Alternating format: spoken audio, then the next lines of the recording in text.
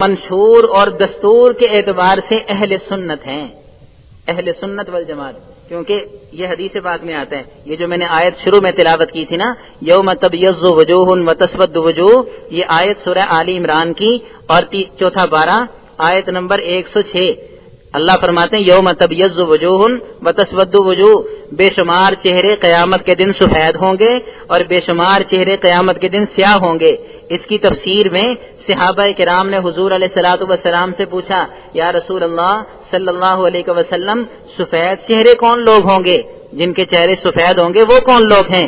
آپ علیہ الصلوۃ والسلام نے ارشاد فرمایا، ہم اہل سنت والجماعہ، وہ اہل سنت والجماعت ہوں گے.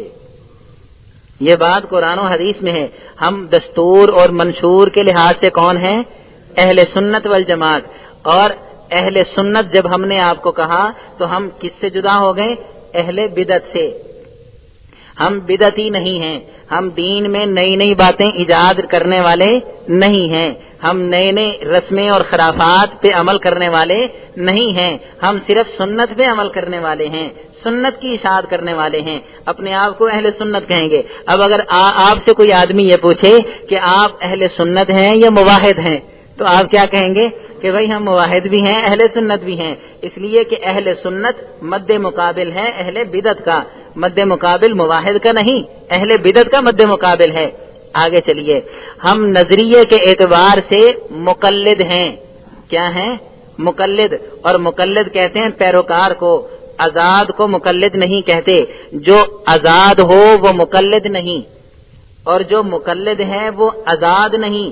ہم نے اپنے آپ کو اپنے اسلاف اور اپنے بزرگوں کا تابعدار رکھنا ہے، صحابہ کرام کے پیچھے پیچھے چلنا ہے، اور تابعین کرام اور مجتہدین اعظام اور فقہائے امت کی اتباع اور تقلید اور ان کی پیروی میں چلنا ہے.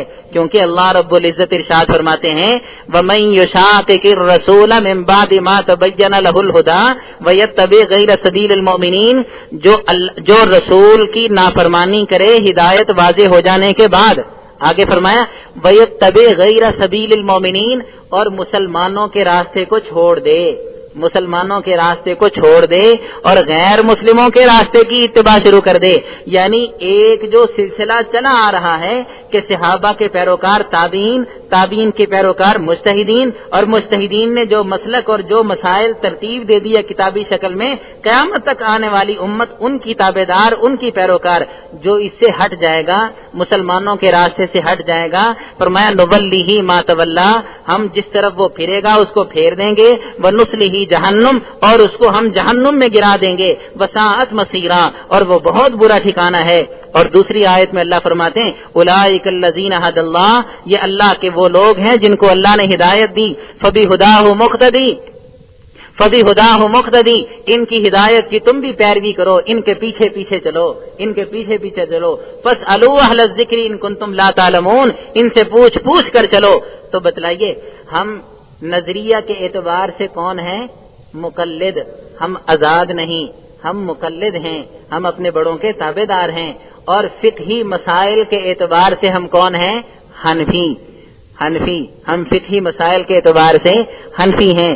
اب اگر آپ سے کوئی آدمی پوچھے کہ آپ بتلائیں آپ حنفی ہیں یا اہل سنت ہیں، تو آپ کیا کہیں گے؟ وہی اہل سنت بھی ہیں اور حنفی بھی ہیں. کیونکہ حنفی مد مقابل اہل سنت کا نہیں، حنفی مد مقابل ہے شافعی، مالکی اور حنبلی کا. اس طرح پر اگر آپ سے کوئی کہے آپ بتلائیں آپ حنفی ہیں یا مدنی ہیں، تو آپ کیا کہیں گے؟